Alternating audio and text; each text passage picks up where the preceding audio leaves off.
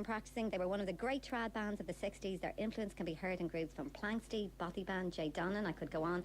And they're back. They are Andy Irvine, Terry Woods and Johnny Moynihan. Together they are, and they're going to open now with an old favourite, the Waxy's Dargle.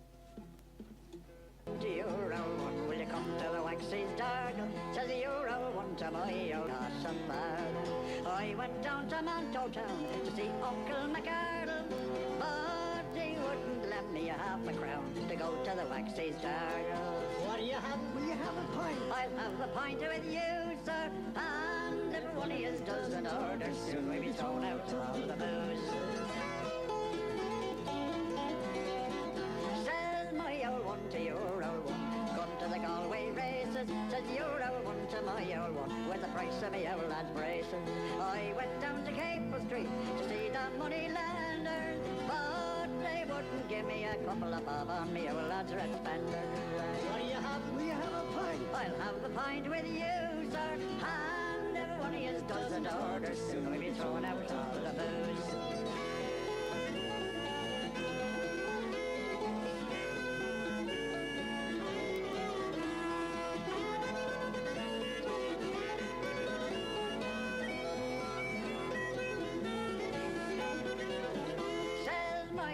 To your old one, we have no beef nor mutton, but if we go down to Monto Town, we might get a drink for nothing.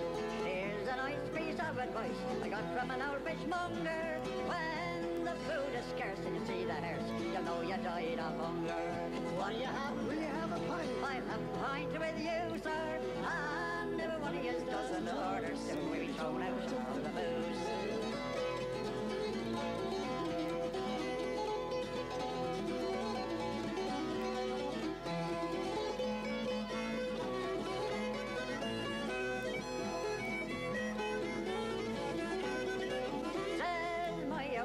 Your old one, will you come to the Waxy's Dargle? Said your old one to my old one, haven't got a farthing. I went down to Manto Town to see Uncle McArdle, but he wouldn't give me a half a crown to go to the Waxy's Dargle.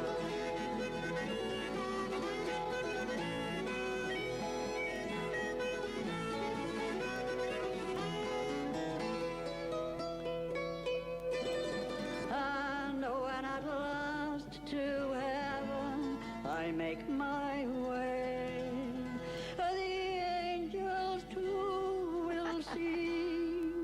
What do you have? Well, I'll have a pint. I'll have a pint with you, sir, and if one of yous does order soon, we'll be thrown out of the booze. Woo!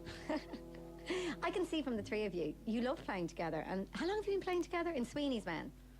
Over 50 years? No, 40 odd. What, since we last played together? No, when did you first start Sweeney's Men? We started in, 66? Yeah. How did it come about, Andy, actually? Well, Johnny and me had been travelling with another guy called Galway Joe Dolan in, 64 and 65. And we just spent the summer travelling around Ireland and going to Flas and playing and whatever. And in 66, we decided to do it a bit more kind of... we all met up at do you remember we watched the World Cup in Six Mile Bridge? Yeah, I do remember, yes. And then he went on tennis, was it? Oh, I can't remember. But we travelled around in this red Volkswagen van with Sweeney's Men written on the front of it, and we only had a couple of gigs, I think, organised gigs, but we'd play in pubs and we'd pass the hat around and whatever, and sometimes they'd fill up the red Volkswagen van with petrol and... But we had a very charismatic manager who was travelling in the van with us and our various spouses and friends, and that was Eamon O'Doherty, the late Eamon O'Doherty, the sculptor, and Olivia, amongst other things. Yeah. And he was a flute player himself, but he was such a gift of the gab, you might say, such a gift of life, that he was the perfect man to go into a pub and drink and chat up the public and then say, these three guys are really good and you should really put them on for a night, you know. It was a very short notice programme. I mean, the publicity machine. Very impromptu. Yeah. And that's Johnny Moynihan talking. Terry, you weren't there at the beginning, Terry Woods. Explain how you joined in this six-member Galway Joe Dolan headed off to Israel. Well, there was Sweeney's Men, there was Joe and the other two here. And I was actually watching the European Cup final in, I think it was the Bagot Inn. And Joe came in, and he said, God, I've been looking for you, I've been looking for you. And I said, all right, well, I'm watching a match. He said, yeah, but quick, I've got to talk. So I said, what's the problem? He said, they're going to be looking for a guitar player. And I said, why, where are you? I'm going to fight for Israel. And he was on his way down to the railway to get the train out to the boat. So it was after that I was Did he approached. head off? He did. He didn't make the war. The war was over by the time he got to Israel.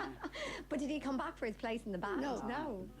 No. Well, it was a good excuse. I think he wanted to leave anyway. Yeah. And We had a song in the hit parade, you know, and I think that kind of blew him away. Wasn't what he'd intended at all. No. Which song was that? The Old Maid in the Garret. What was it like to have a hit? I mean, you know, today everyone seems to try to be famous and have hits, but what was it like then to have a big hit like that?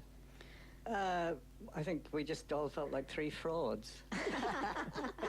We wondered how much the manager had paid to get us in there. Where did the name Sweeney's Men come from? Where did the name come from?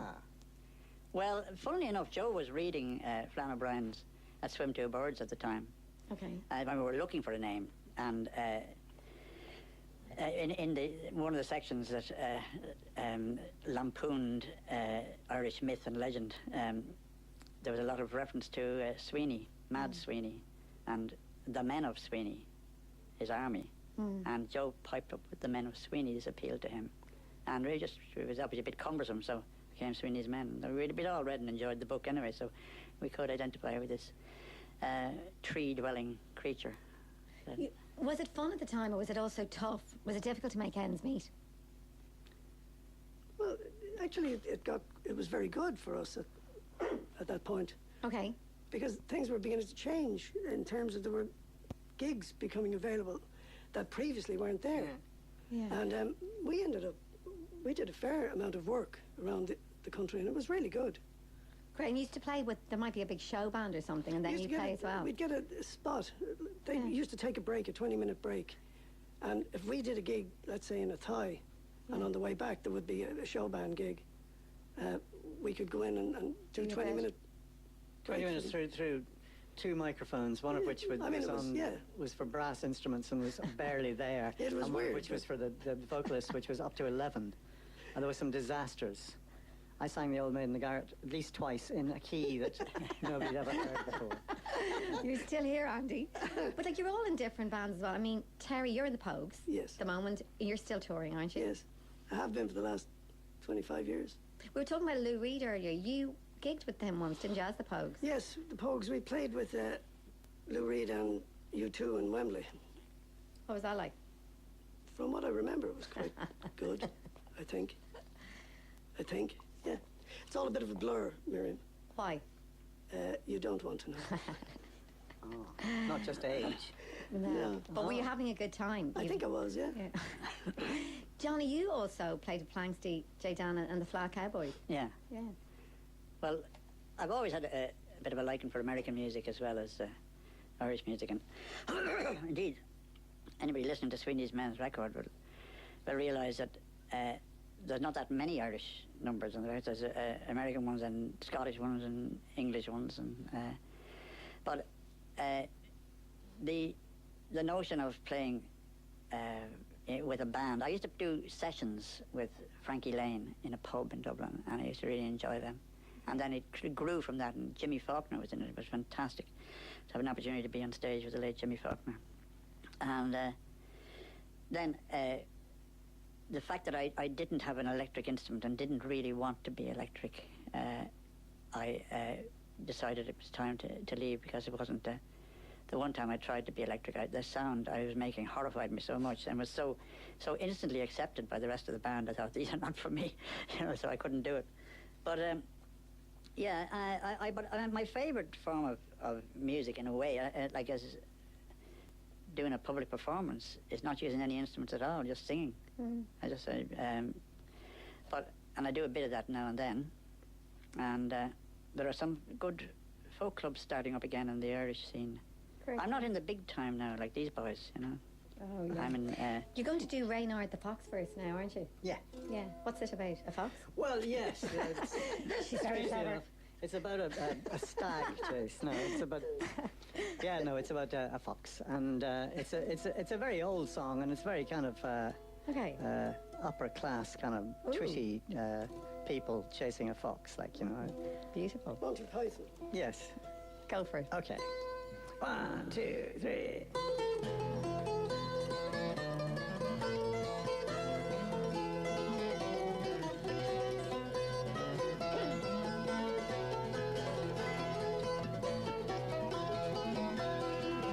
On the 4th day of March in the year 93, the first recreation was in this country.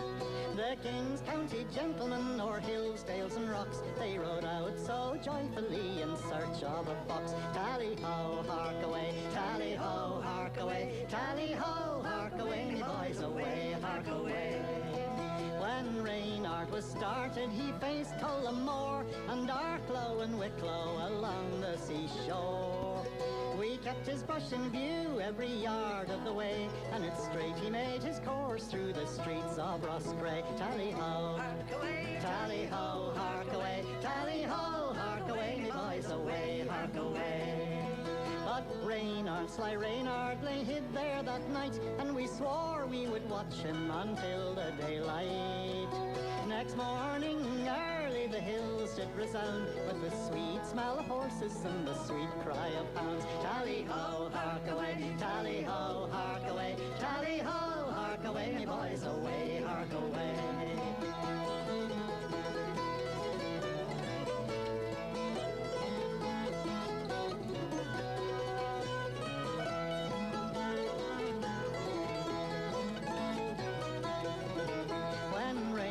Was started, he faced to the hollow where none but the footmen and hounds they could follow. The gentleman cried, watch him, what will we do? If the rocks do not stop him, he will cross Killaloe. Tally-ho, hark away, tally-ho, hark away, tally-ho, hark away, me boys, away, hark away.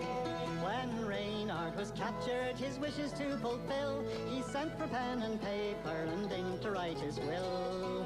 And what he made mention of, we found it some prank, for he gave us a check on the Anglo-Irish Bank. Tally-ho, hark away, tally-ho, hark away, tally-ho, hark away, me boys, away, hark away.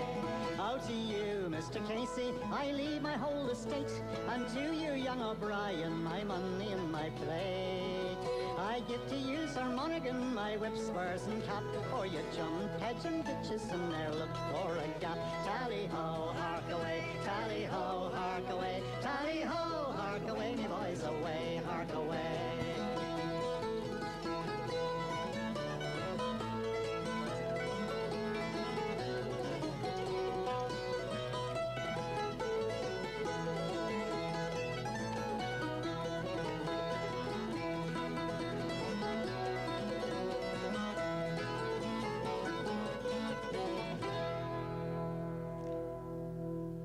Fantastic, guys. You got back together again, I know, once in 81, but it was at your birthday, wasn't it, last year in June, Andy, that you decided as Sweeney's Men, you get back and you know, gig again. That's right, and that's what led us on to this foolishness. Which you're enjoying, quite obviously. Oh, immensely, yeah. And you've got loads of gigs coming up. You're going to be in the Town Hall Theatre in Galway on the 15th of November. You're going to be in the Set Theatre in Kilkenny on the 16th. You're here in Vicar Street in Dublin on the 22nd. You're in the Triskel Christchurch in Cork on the 23rd. And in Dolan's in Limerick on the 29th. And there's lots more information on your website, andyirvine.com. Do you like gigging as much? Do you ever get tired of it? Me, no. Tired That's of... Terry. Just gigging. The effort of having to go on and do you enjoy it just as much every night you do it? Personally, I like being on the road. Yeah. Well, me too, me too. No, yes, I'm not going to be the odd one out. Johnny's kind of... No, I do, very much so, yeah. He's the odd one in. But you've known each other for so long, almost 50 years. Is it like, has your relationship changed over the years? The dynamics between the three of you? You mean the love-hate relationship? Yeah, the love bit. I suppose it has in ways, but we've all gotten older. There's been a lot of water under the bridge. Yeah. That's probably a good It's time. very nice to actually be back, to be able, the three of us, to sit and play and to do the stuff that we did. It's really pleasurable. And to have a laugh. Yeah, we do have a laugh, which is probably one of the best things.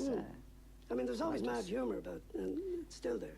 Well, look, it's been my pleasure having you in this morning. As I say, all those dates for your concerts are andyirvine.com. We're going to take a break. Best of luck to the three of you, and thanks for coming in this morning. Thanks Thank very you. much. Podcast today's show at rte.ie/John Murray. The